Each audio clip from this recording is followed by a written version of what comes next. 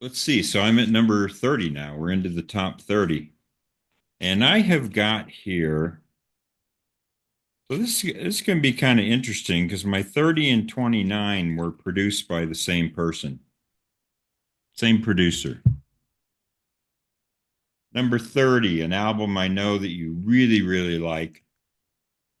I have Black Tie, White Noise, and Hmm. I own a copy of it. So I do like this, and I liked it a lot when it came out. So 3 stars. That means it's better than average. Uh, so just to explain why it's at 30 instead of higher, what are my complaints? What do I like about it? Um, I will say that Nile Rodgers has kind of lowballed or dismissed this album, and there does feel to be this tension between Bowie and Rodgers. I think you can hear it. I think you can hear it on here, and it's more to the detriment. Uh, but what do I like about it? I love Lester Bowie on here. No relation. Lester Bowie does trumpet on here. And I love the instrumentals on here. I like the wedding, Palace Athena, Looking for Lester, and the wedding reprise has vocals, but there's a lot of instrumentals on here, and I really like them.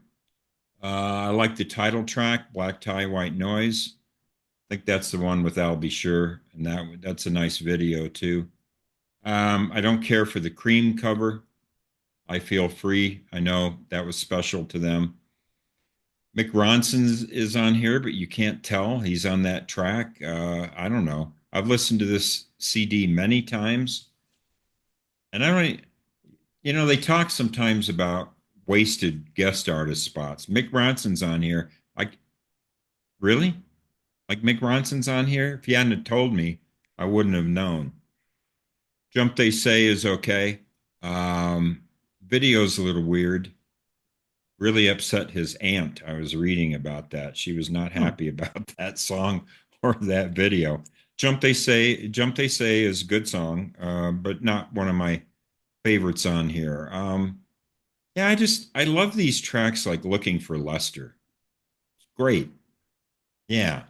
So a little bit ADD. I wrote on here that as much as I love Nile Rodgers, maybe he's the wrong producer for this album. Maybe. Maybe Bowie should have gone. He was pressured into using Rodgers. I can reimagine this album with a different producer and think, yeah, might have really been something. There's some good songs on here. The Morrissey cover, people have different conflicting opinions. I think it's good, but maybe a little too gospely.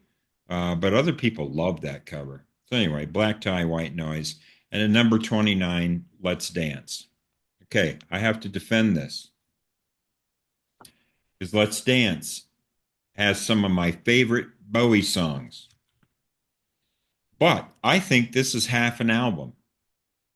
4 great songs on here: Modern Love, China Girl, Let's Dance, and for me, the Duncan Brown cover, Criminal World.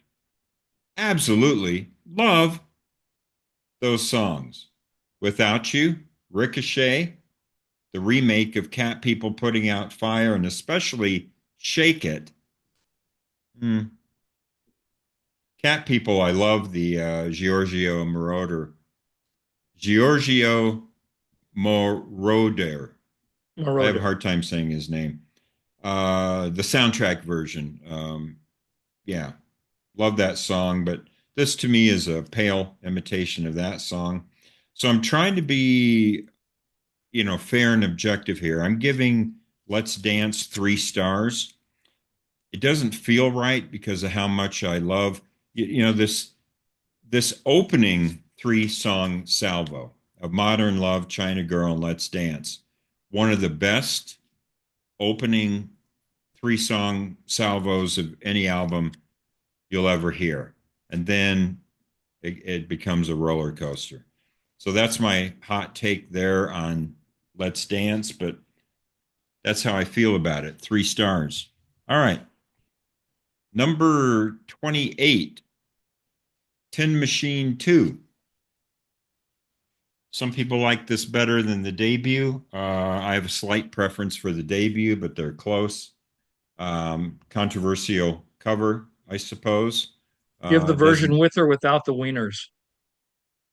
this is I think this is wienerless. The wienerless. Okay. Does it look wienerless to you? Yeah, yeah, it does. Yeah, I think it's castrated. where it's like the where the wieners have been chopped off. Oh, yeah. I don't That like was the a thing.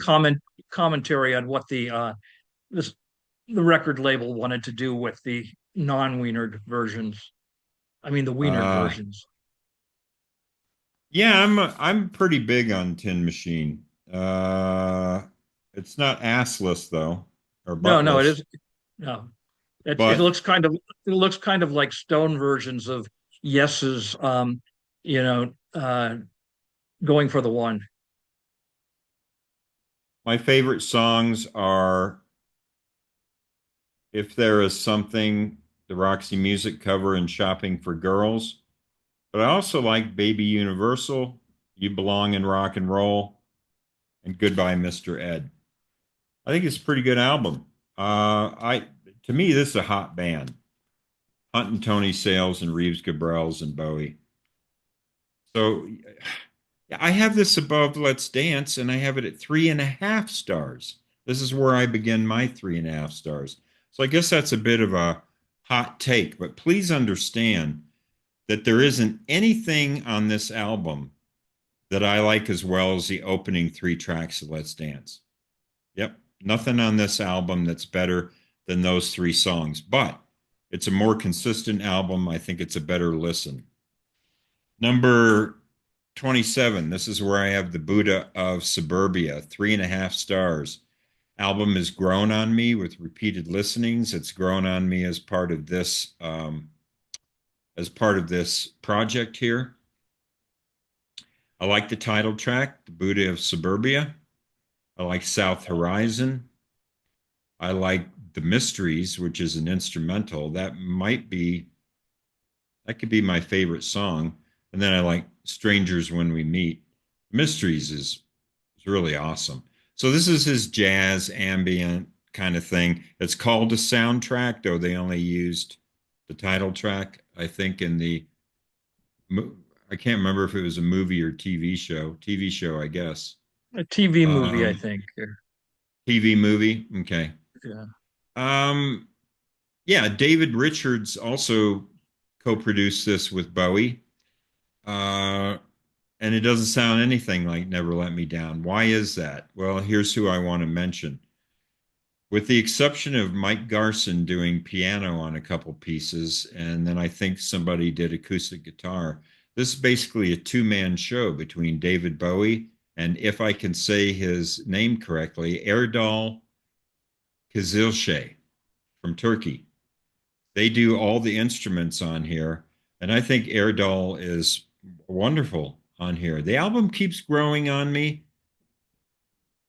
A lot of people don't. This is like the best kept secret of Bowie's career because it didn't really get promoted in America, um, or maybe anywhere in the world for that matter. It was kind of delayed, and I think there was another album that came out before this. Yeah, it came out at the same time as Black Tie White Noise, and it's got some similarities and a lot of differences. It's got a lot of instrumentals on it. Um, yeah, it's a bit of a companion piece, but yeah, exit Nile Rodgers, enter Erdal Kizilcay. Do you know how to say his name? No, I don't. I think you're getting pretty close. Yeah, I before I did this, I had Google tell me how to pronounce his name. But I think he's wonderful on here. I like it. And then at number 26 at 3.5 stars, this is where I have Stage. You and I know it was a great, great, great show. Great. Um, it's For some reason the excitement of that show doesn't quite translate or transfer onto this thing, but it's been vastly improved. So when Stage first came out, it it had an incorrect running order. Um, the audience could hardly be heard. And then Visconti has remastered this and he's corrected the song sequence and he's remastered it and repositioned the audience and the sound engineering. He's done the same thing for his other album he produced, David Live. And boy, it has vastly improved it, especially the song sequence, because he opened with Warzawa. We were talking about that, and that Right. wasn't even the opening track. So now when you listen to Stage, Warzawa is the first track, and you get the feel of what that show was really like. There's a whole slew of Ziggy songs on here. They were great to see in concert. Loved the Ziggy portion of the concert. He put all his Ziggy songs together. Let me explain. It was like 5 or 6 Ziggy songs that he just did in a row and did it as a suite. And it was wonderful in concert. Not not my favorite part of the album though. I kind of like the Station to Station and material. Station to Station and Stay from that album, boy, they smoke. They absolutely smoke. So we did get to see in my opinion, my favorite rhythm section of Bowie of all time, which is Alomar, Davis, and Murray. We got to see them. But then, of course, with Ballou and these other people that really colored it.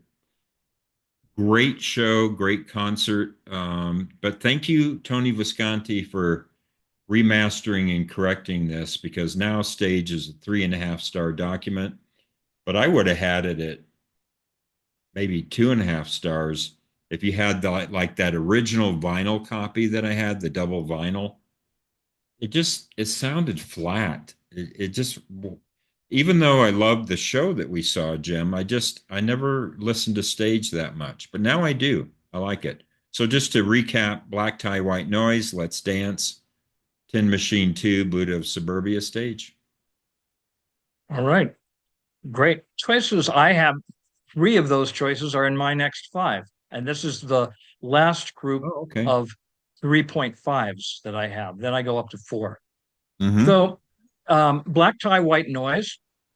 Um, I liked it more when it came out than I do now, but I still like it. It is Bowie has referred to it as his wedding album because apparently this was the same time he was getting married to Iman, or as Saturday Night Live said. And in entertainment news, David Bowie married a man. Uh, uh, but the That's funny. but it's interesting because Black Tie White Noise has several songs, including the title track, Black Tie White Noise, which is about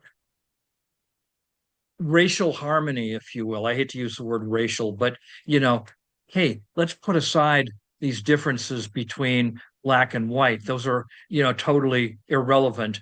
And the fact that he was marrying an African princess that might have had something to do with that. I agree with Lester Bowie on there. This was probably the first, if you don't count the song Aladdin Sane, which we'll talk about later. This was the first Bowie album where he really started incorporating jazz. Okay. And that became a big thing in his last couple albums. It could be argued that his last two, Black Star. So, you know, it's Bowie with some And you jazz froze up for inflection. just you froze up for just a second. Can you repeat the last thing you said about Black Star? Oh, yeah, that it had jazz. Black Star had jazz aspects to it, and that became a bigger thing with Bowie as time went on. Mm-hmm. Okay, all right. So that's Black Tie White Noise, and I understand why his aunt was upset with Jump They Say because essentially that's about his stepbrother committing suicide. Um, and then then we have Let's Dance. I agree totally with you, Gene.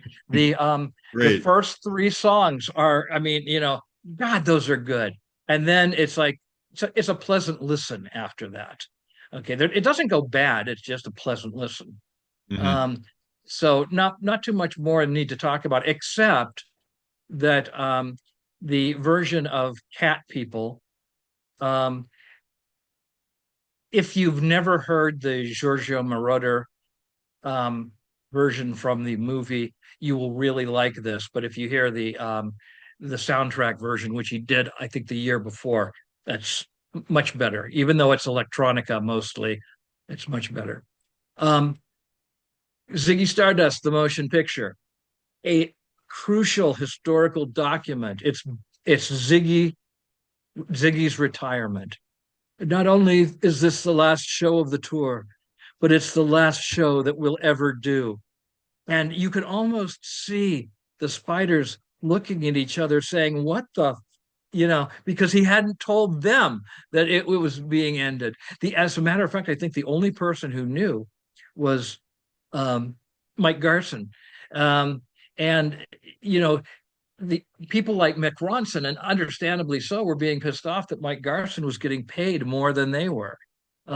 So, uh, it, if they had known that he was going to be saying goodbye and breaking them up, they may not have played as well. They did play as well, but I don't think that the sound of it is as good as a recording that he did a few months earlier. Okay. Right. Um, that if anything, it was time for him to hang up Ziggy because he almost sounds tired on it. Right. Um, And then we have stage. Now, for the same reasons that you mentioned, Gene, if we're putting in the Tony Visconti version, it's higher than a 3.5. But at this point, it clusters together the Ziggy Stardust. And I think this was a commercial thing, like, okay, these are the songs people know, so let's put those on first.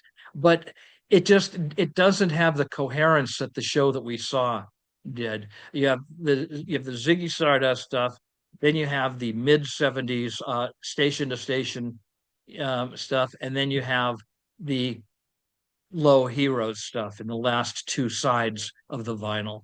Um, all good songs, but better if it had been kept the way it should be. And if any of you want to get stage, make sure that you get the remastered version by Tony Visconti. Um, and then this next one, I feel a little bit bad for having it a 3.5 because I really defended it well to Gene, I think, and that is Toy. Um, Mm. and I really like Toy. It's just that I like other albums by him more. However, he does some great remakes on it, and a couple of them are not all that different, but some of them, like for instance, Shadow Man. Shadow Man was a disposable song when it was first done. This is an amazing version that he later put out as a extra on a bonus disc of Heathen. And from the time I heard it, I just it's such a passionate, moving song that simply for Shadow Man. But there's some other really good ones on there also, and very few of them sound retro. It sounds like Bowie took these songs and said, "Okay, I did these in the '60s. Now it is the 2000s, and I want to do them again." And I guess supposedly, and I don't know if this is true. Somebody in the comments can tell me if it's not true. But I heard that he had originally planned this as the album that was later to become Heathen. But then 9/11 happened, and it really shook Bowie up. Having become a sort of regular resident of New York, and he was horrified by what happened in 9/11, and it caused him to rethink what he was doing. And so he took some of the songs and redid them. He also had other songs that he added to it. So Hoy was shelved, and then It wasn't reissued officially until 2021. But what's interesting about Toy, I think, is that he has it that when it was released in such pristine condition, except for the running order. But many people still suspect that Bowie leaked it, you know, Mm, that he wanted it out there, but he didn't want it to be an official album of his. So he leaked it because every song on the bootlegs are pristine. They're perfect. They sound as good as this one. And some of them have a better cover. Um, I still get creeped out by the cover of a picture of a baby with David Bowie's face. It's not David Bowie as a baby, it's a baby with David Bowie's face. And Bowie was doing some interesting things with his face at that time, but this one would have been done by someone else. Just look it up. yeah. It makes my skin crawl every time I see it. I'm So glad you that's go ahead. Black Tie, White Noise, Let's Dance, Ziggy Stardust, the motion picture, Stage, and Toy. And those are my 3.5s. And after this, I will be getting into my fours and 4.5s and fives. So a couple notes just to clarify. So one thing about the title track to Black Tie, White Noise, I had read that he was actually in Los Angeles when there were riots. Mm. So although he's a New Yorker, he was there. I don't know if he was recording, but he and Iman were both there in Los Angeles, and they were very close to the riot because they were in downtown, I guess, Los Angeles, and he was genuinely scared. These were the Reginald Denny riots. Um, could have been. We were talking 92 or 93, Yeah, yeah. and then the earthquake hit about around that time too. So the and then for Toy, I do know that the record label shelved it and that Bowie was pissed and that he ended up changing record labels, I believe. So if he leaked it on purpose, there's a good chance that that's true. We'll never know. There's a lot of But it credibility to that. but rather than look at it as it was leaked as a non-commercial venture that he didn't want it to be released officially, it may have been leaked more as a revenge motive or to pressure his record label to put it out officially. So it was calculating. But yeah, they went through all that trouble recording Toy and then the record label buried it. He was really upset. All right. Any other comments? Nope. I will say that we are not diverging as much as I thought we would. I mean, I was really afraid that, like when I had Black Tie, White Noise as low as I did in some albums like that. So when I look at my list, I think it's only a couple albums that I've mentioned that you haven't already. That's So true. we'll see where you fall on.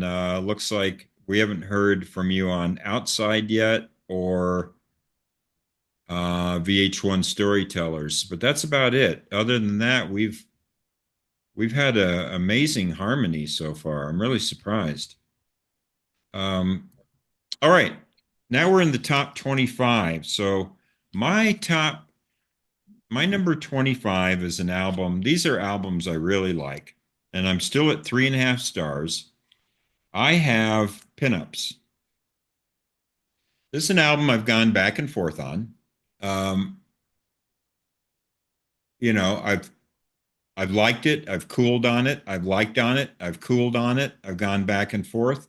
Right now, I'm pretty high on it. It's really interesting because it's covers of these sort of mod '60s songs, and I like the fact. One thing I really like about the album is it's got a consistent theme, right? It's got a very consistent theme. it's not like albums where most of his albums are pretty ADD. And I'm just looking for a hard copy of my next. Here we go. Because I want to show hard copies of everything. But it's got a real consistent theme. It's all these 60s songs. You know, he had recorded Bruce Springsteen's Growing Up for this album. He cut it. He had also, there was another song that he had covered that he cut, and they were 70s songs. And I think he did the right thing by cutting those tracks and making this all 60s, all English. My favorite, but then it's also a glam album. It's produced by Ken Scott, along with Ken Scott did Hunky Dory, he did Ziggy Stardust, he did Aladdin Sane, he did Pinups. Those were the four albums that he did.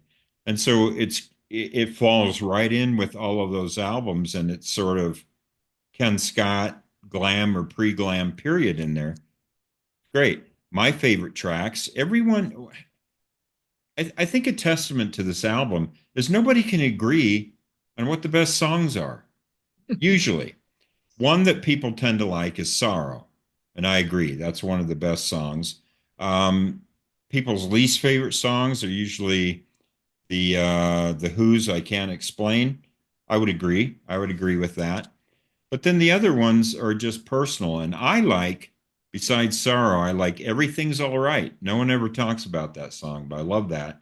I love Where Have All the Good Times Gone, the Kinks cover. I like See Emily Play. And I like Don't Bring Me Down. So really good. I'm really liking that. Number 24, still at 3.5 stars. Space Oddity, David Bowie, man of words, man of music, whatever you want to call it. I have a copy on Virgin. I do not have my RCA copy anymore. I sold it, and I don't think I ever had the Ryko disc. So one thing is Bowie's albums were on multiple record labels.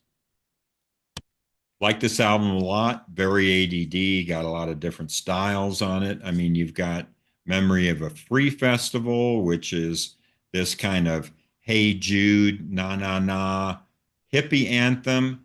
And then you've got these very Dylan-esque, sort of dark songs talking about pig noses and things, pig or whatever the phrase is. And then you've got these lovely little ballads like Janine and An Occasional Dream.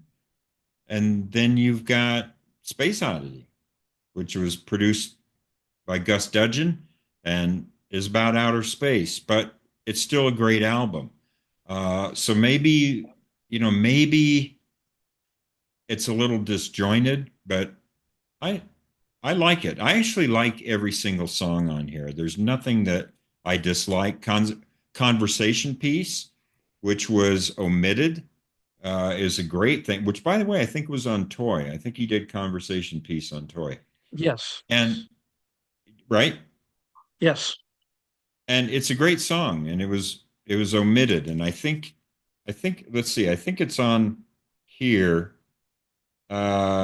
No, no, this is the original album. But anyway, one of my notes about when people talk about it's Dylan-esque, I picked up Mhm. on the song Signet Committee, which is probably my second favorite song on the album. A couple lines that kind of prove the point. One is he does this thing where Dylan likes to play on the same word. So here's a line from the song, "Fight for the right to be right." That's classic Dylan. And then he actually has a lyric in there about Desolation Rose. So this was Bowie's Dylan phase, and I like it. But he hadn't found who he was yet. He was experimenting with different styles, and yeah, it's a great album. I like this cover, but that's where I'm at. 3.5 stars because he would get better. I don't know. Great album, but flawed. It is a flawed album, but it's still great. Now at number 23, I'm up to 4 stars now, and this is where I have Serious Moonlight.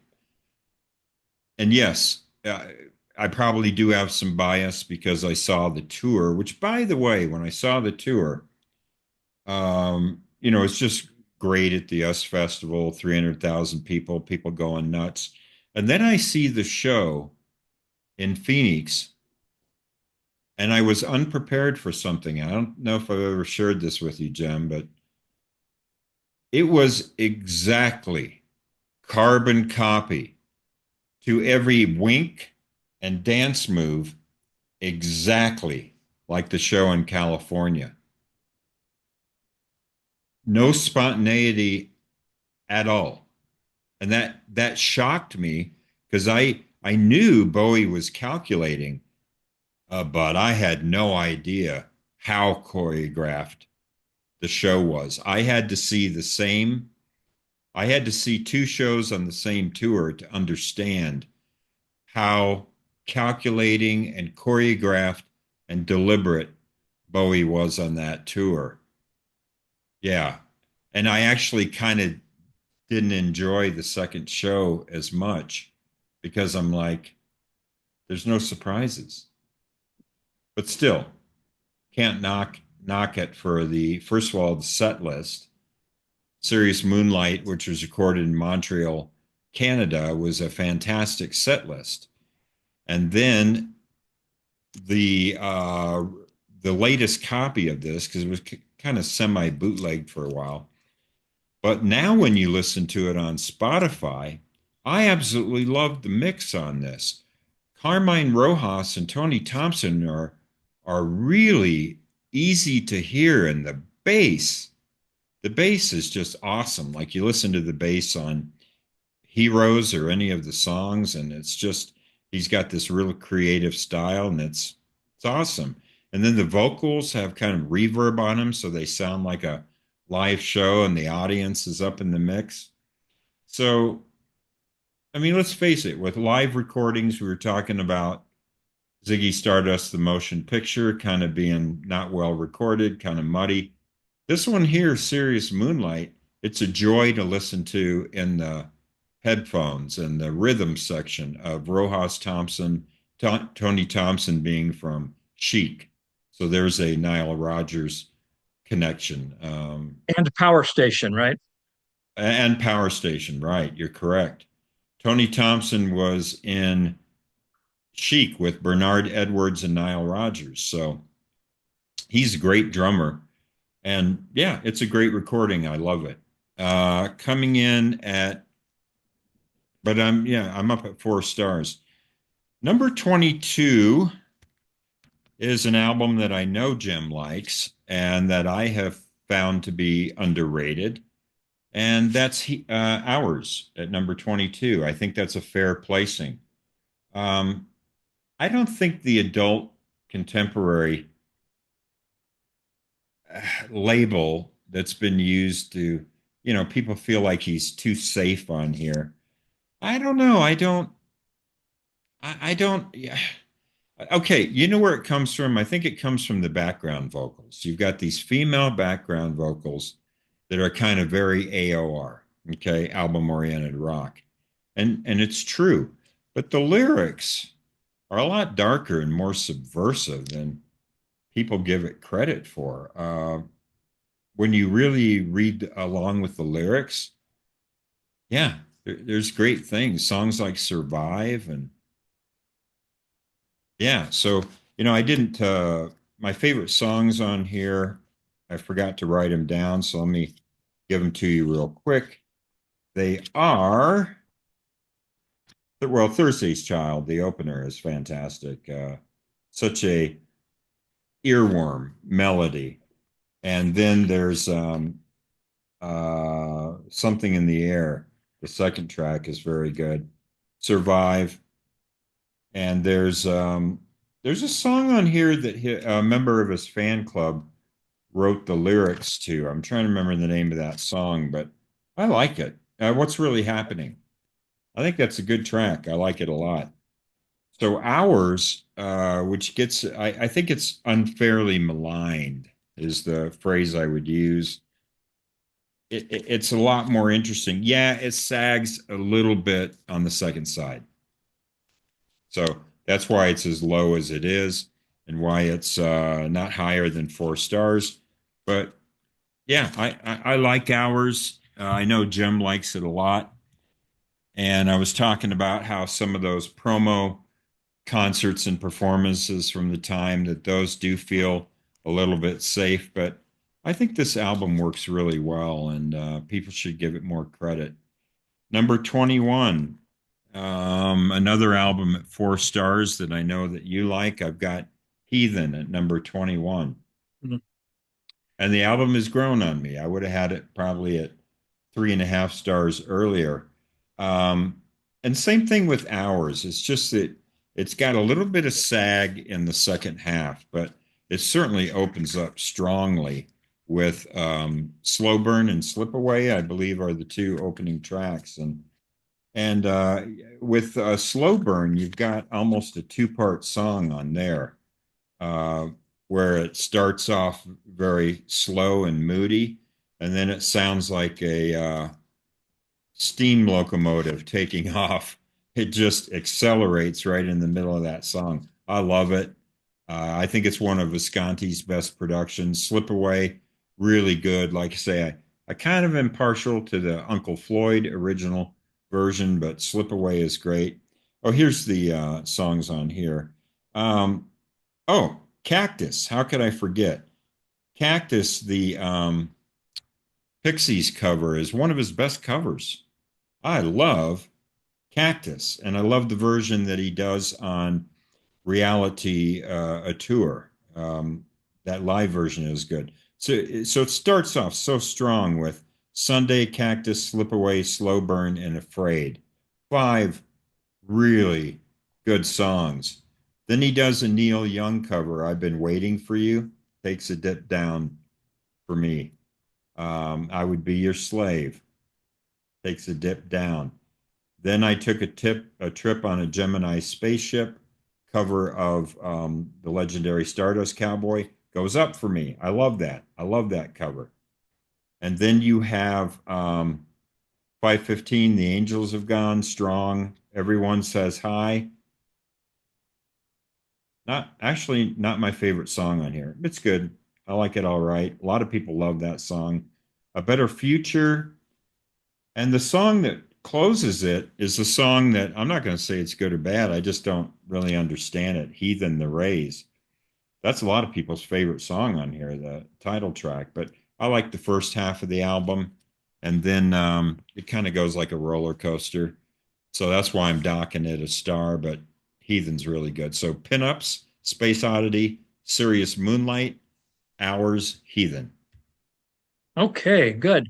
So, all right, so here's my next five. Um, the conclusion of Bowie's famous Berlin trilogy, Lodger. Lodger came out shortly after I got married. And talk about being influenced by the cover. I hated the ugly cover of it, of Bowie Mm-hmm. lying on a piece of glass with his face smashed. But the album itself, what is it that I don't like about it? Well, it's ridiculous to say what I don't like about it because we're talking a 4 star album here, okay? Which means I like it a lot. But does it have any weaknesses? Yeah, it doesn't have the cohesion that Low or Heroes has. It's like, and I think that's because the way he did the album, he was using Brian Eno's oblique strategies, where you choose a card and you make a decision based on what's on the card. And Bowie was making creative decisions based on this. Um, like Red Sails is what's Or Red it's Money. an yeah, Red Money. It's an Iggy song, which is new lyrics added to it. And Sister then Midnight. another, Sister Midnight, yeah, yeah. Sister Midnight. That's right, it's Sister Midnight. And so, it's like redo a song by somebody else, and so, and there's a couple places, the band were ticked off. Adrian Belew talked about how he said, I'm used to taking certain direction. And he's like, Eno was in there saying, okay, do this, do that, do this, do that. And Bowie was like, yeah, right, do it. And so Baloo was a little bit annoyed by that. I think some of the other members were. However, it's still a really good album that has grown on me. Fantastic Voyage, I didn't care about as much, but I really do now. Um, Hmm. so it's an album that, you know, it has it's got a couple hit singles, but it's a good album. It's a good album. Next, we have one that I like more than you, Gene, and that is Earthlings. Now, Earthling, when it came out, I told you I never hold any expectations for Bowie, and so whatever he does, I take it with an open mind. And he was doing techno drum and bass on this one, and of course, a lot of people at the late '90s, a lot of rock artists were doing drum and bass, including the Rolling Stones, and Mm. but Bowie does it really well. Um, and let's see here. Let me go and just quickly. Little Wonder. Love the song Little Wonder. Um, and The Battle of Britain, I like. Mm. Um, and I'm Afraid of Americans, probably my favorite song on there, which it was great when he redid it with Trent Reznor of Nine Inch Nails. Um, but it's an album, it's a powerful album, and I've grown to like it more over time. After Earthling, Pinups. Also, Gene, when Pinups came out, I thought we were in high school and it was a slight album, an album of covers. But I got a funny story to tell you about this one. Certain people in the glam world and people who wanted to be in the glam world, say Mick Jagger, all kind of hung around together. And Hmm. Mick Jagger was talking to Brian Ferry of Roxy Music. And, the thing is that Jagger he warned Brian Ferry of this, or Brian Ferry warned him, but one warned the other. Don't share what you're doing with Bowie, or he will do it first and faster. And with Bowie, that was It's Only Rock and Roll, and he did Diamond Dogs. Okay, he even has a very Rolling Stone sound to it, and the cover is done by Guy Peelart, just like the cover of It's Only Rock and Roll.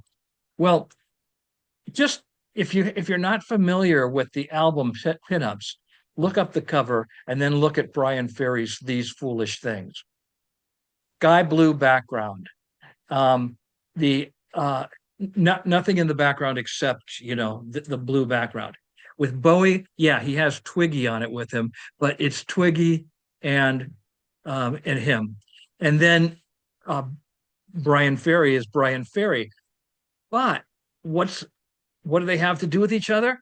Brian Ferry's is almost all songs from the 1960s that influenced him. And what we realize is if Bowie was truly doing what influenced him, he was a mod and he was really influenced by British music at the time, whereas Brian Ferry was listening to tastes were more cosmopolitan. There was the Rolling Stones with Sympathy for the Devil, but there were also a lot of American songs on there. And so there's more of a selection.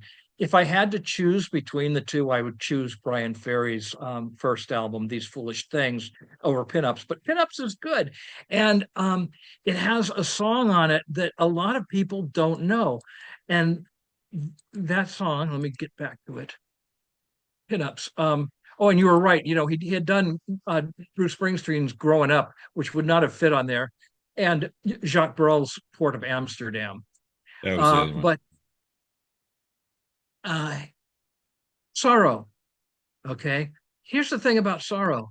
Uh, the original version of it was kind of a lesser known song, but it had a major influence on a Beatle because it begins with your long dark hair and your eyes of blue.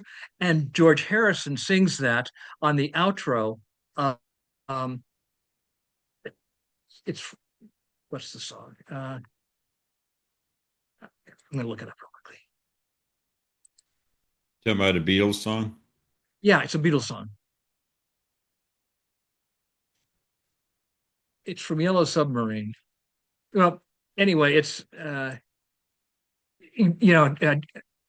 Like George Harrison sings it. one of those songs like Blue Jay Way or Yeah, Hey it's only a Bulldog northern or song, I think. It's only a northern Northern song. song. Okay. Yeah, it's only a northern song. So Bowie did he did a cover of the original song for that. Um, then we have two albums that came out at the same time. I bought them at the same time. I mentioned that when I was going to go see Bowie in '74, I had to get two of the albums that he'd released: "The Man Who Sold the World" and "Space Oddity." Both of these, the versions that I had, were first released by RCA in America with contemporary Ziggy artwork, and those were not the artwork that they had, on the first ones. The Man Who Sold the World had a close up of Bowie's face when he still had the spiky red hair, but he was already into the Ziggy mode. And then that was Space Oddity, and Man Who Sold the World had a concert picture of Ziggy kicking, which has fallen off of your wall, Gene, but it was behind you Oh, there. has it? Yeah. But here's the thing about Space Oddity. I agree with you what you said about it, Gene, and that was that it was very much a transitional album, and it had Tony Gus Dudgeon. Gus Dudgeon produced the song Space Oddity, um, and then it had Rick Wakeman, shades of upcoming Hunky Dory a little later, but Rick Wakeman played the mellotron on Mhm. it. And so you had Bowie dabbling his foot in Prague with Space Oddity. Signet Committee is David Bowie was into a lot of Nietzsche at the time, and he was, doing that. But the song that I really like from there is the two-part Memory of a Free Festival. Although honestly, I don't know if Bowie plagiarized Neil Young or if Neil Young plagiarized David Bowie, um, because they both came out in '69, I believe.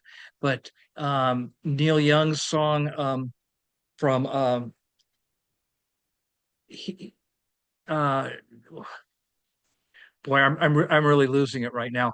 Um, it's my favorite Neil Young album. It's After the There. Gold Rush. The Oh, song After the Gold Rush is about aliens coming down and making everybody feel happy. And that's what this song is about also. So did Bowie hear an early version of the Neil Young?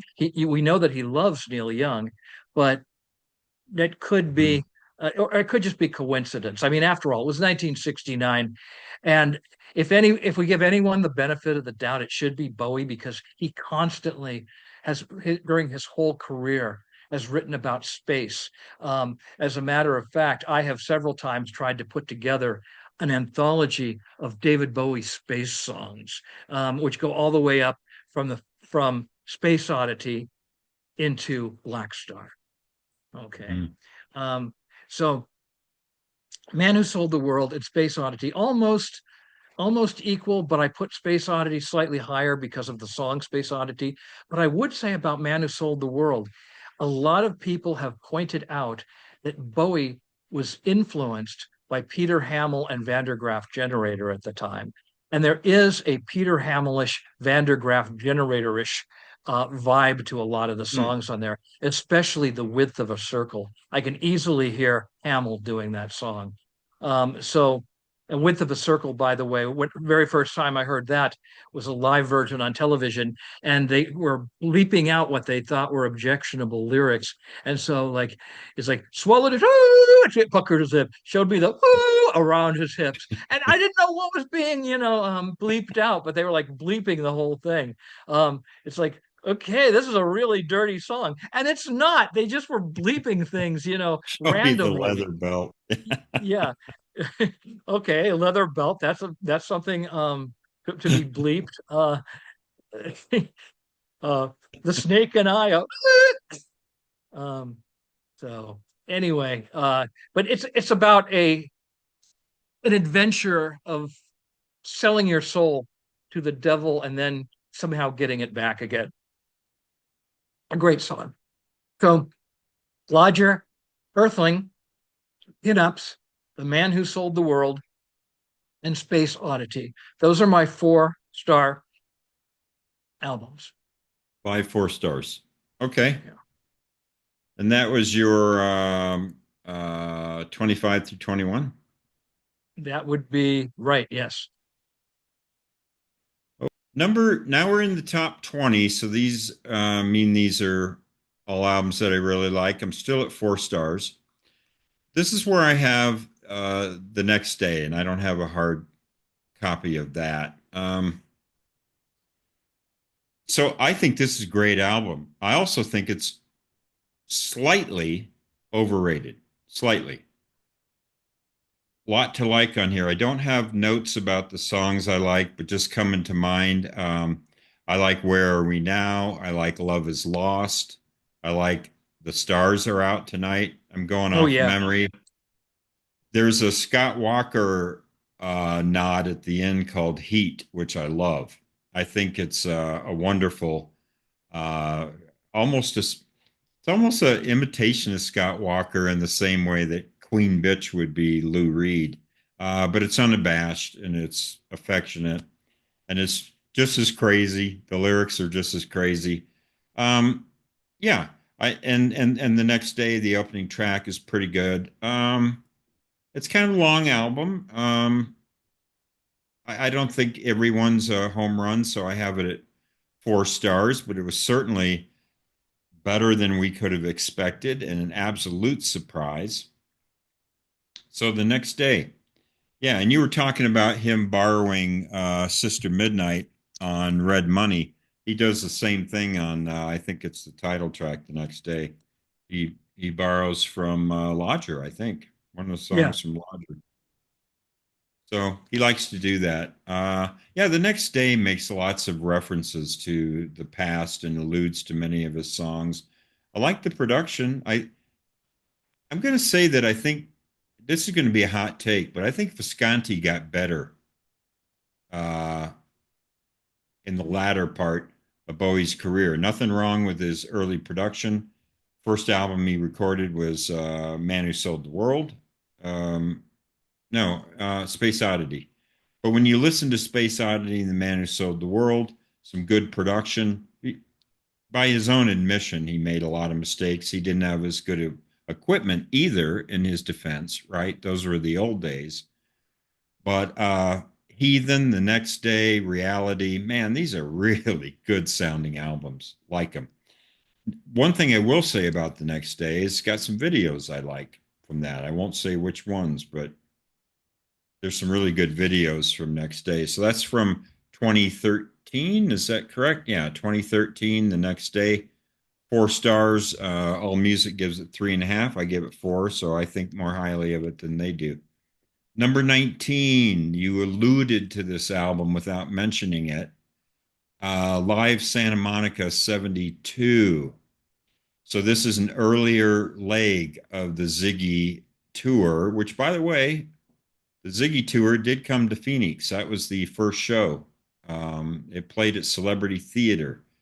And then when he came back to Phoenix, that's when you saw him in 74. But can you imagine seeing the Spiders from Mars at a, what, 2,500 to 3,000 seater? I mean, Celebrity Theater can't hold more than 3,000 people.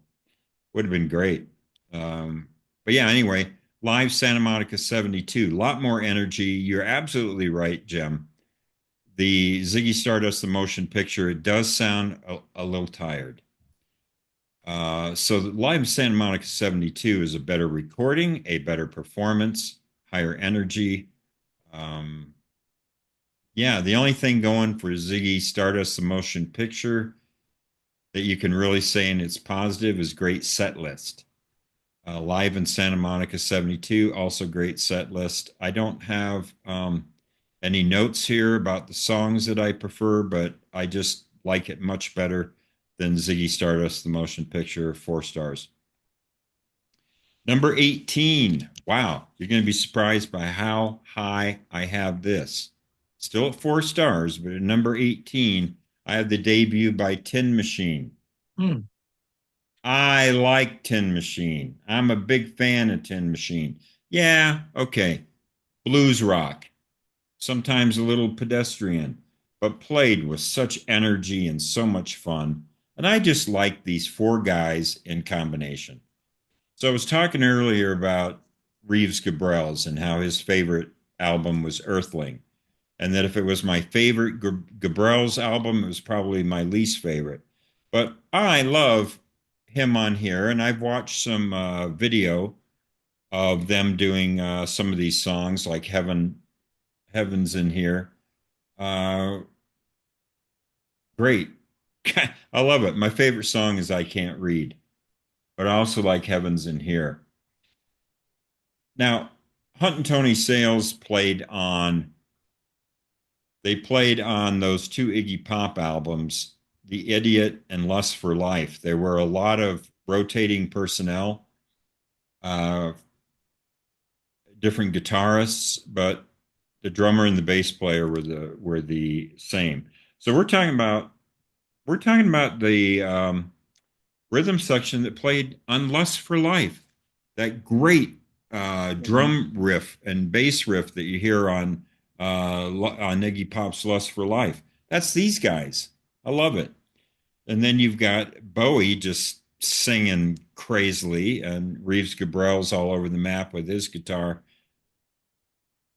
I don't know. Yeah, it is blues based, maybe a little derivative, but I don't care. I love it.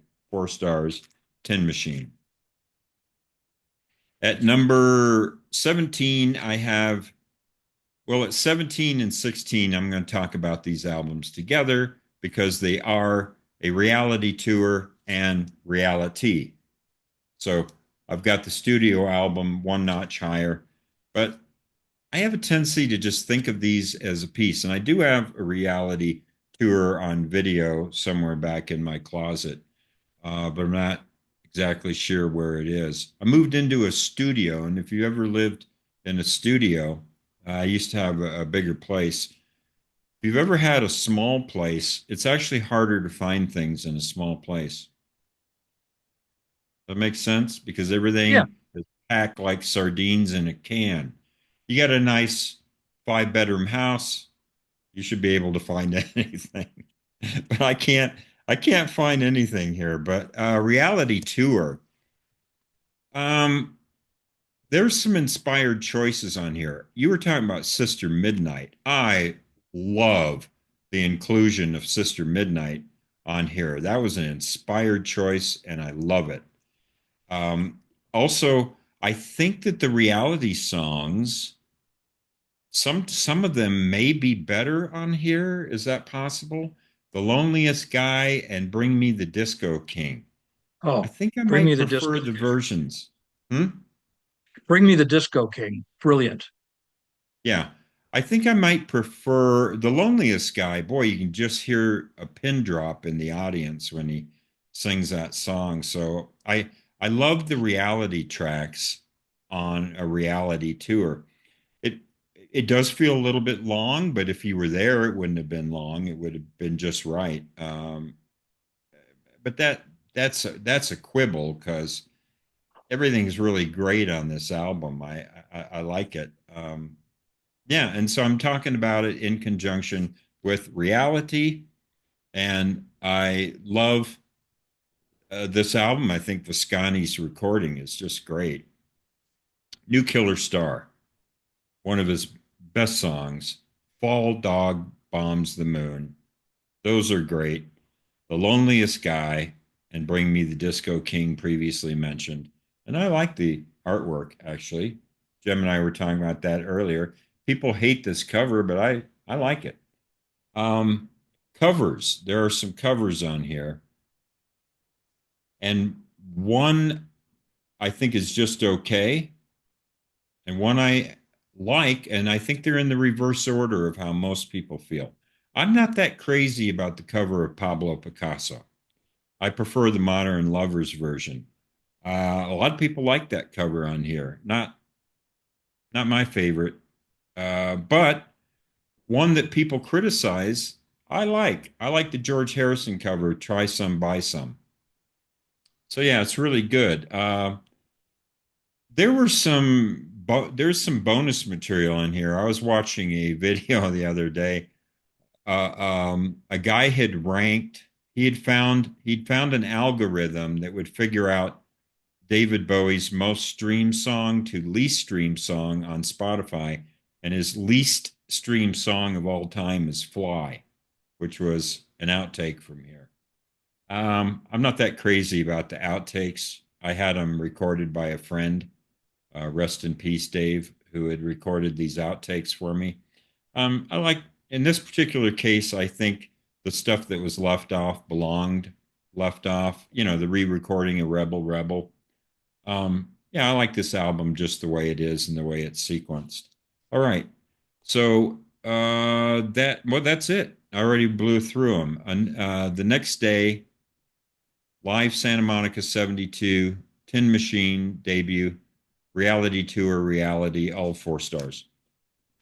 Okay. One more group of 4 stars, and then we'll move on to the 4.5.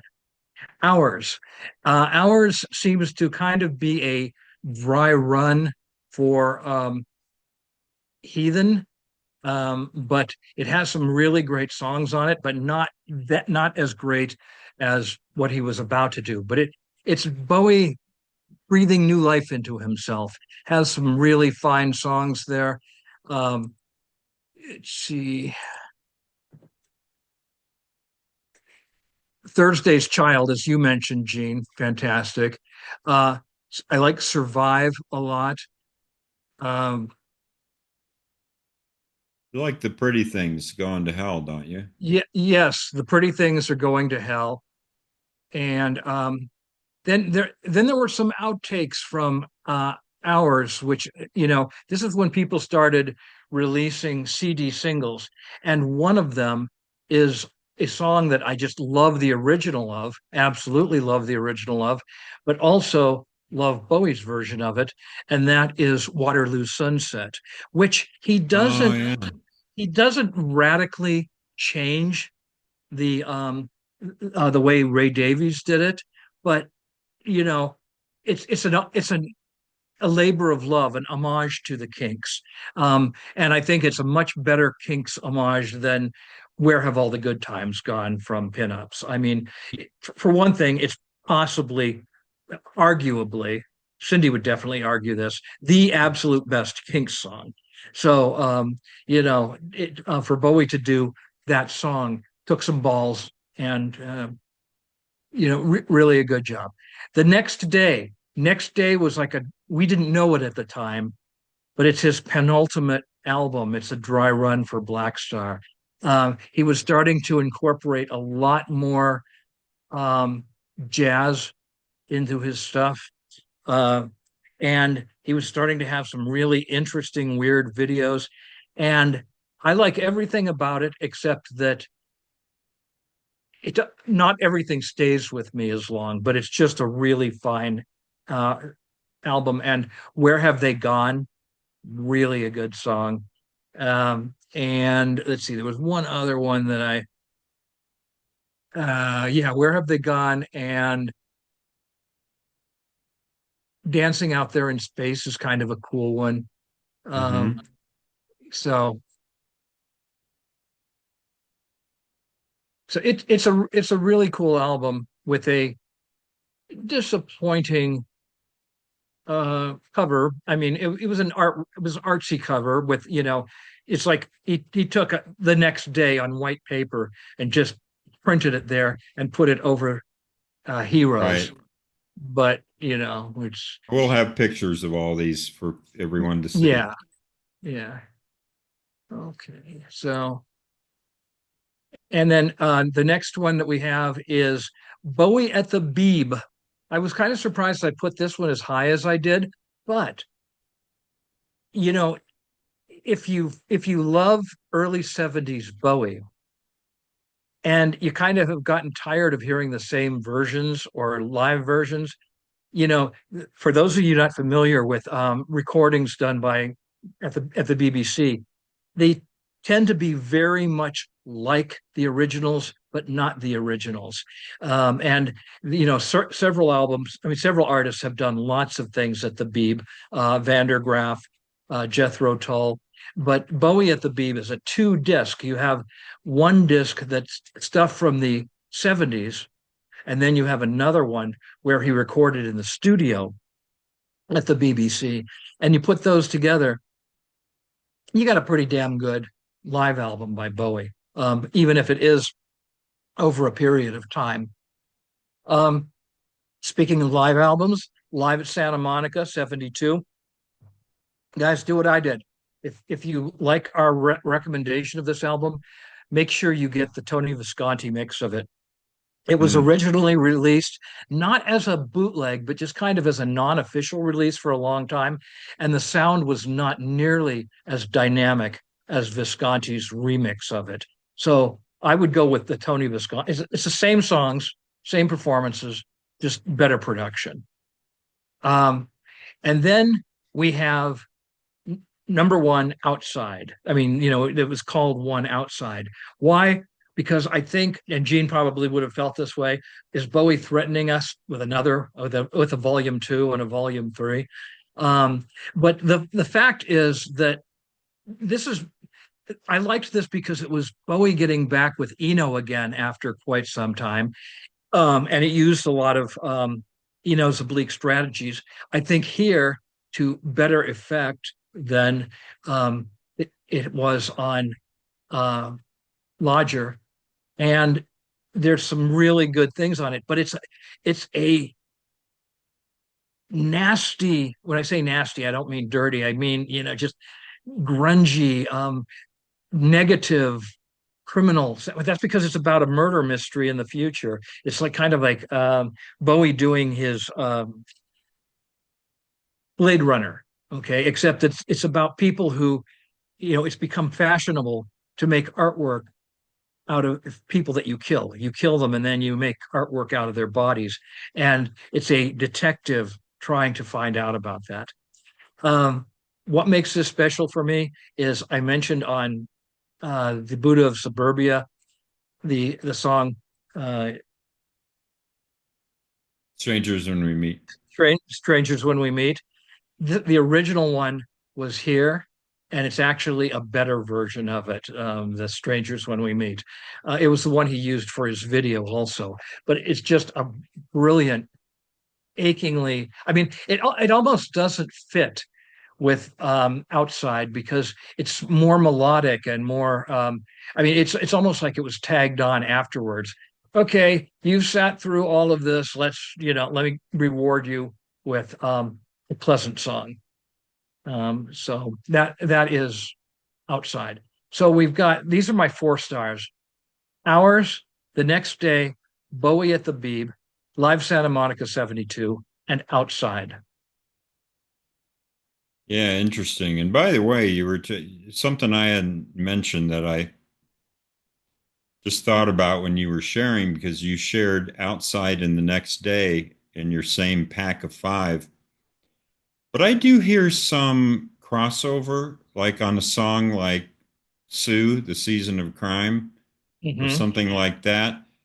The Next Day it's really a bleak album, a lot of it, not all of it. It, Where Are We Now is very hopeful, but there's some bleak stuff on The Next Day. And I just thought I'd point that out that I think The Next Day and Outside do have some things in common. mhm. Crossover. What do you think?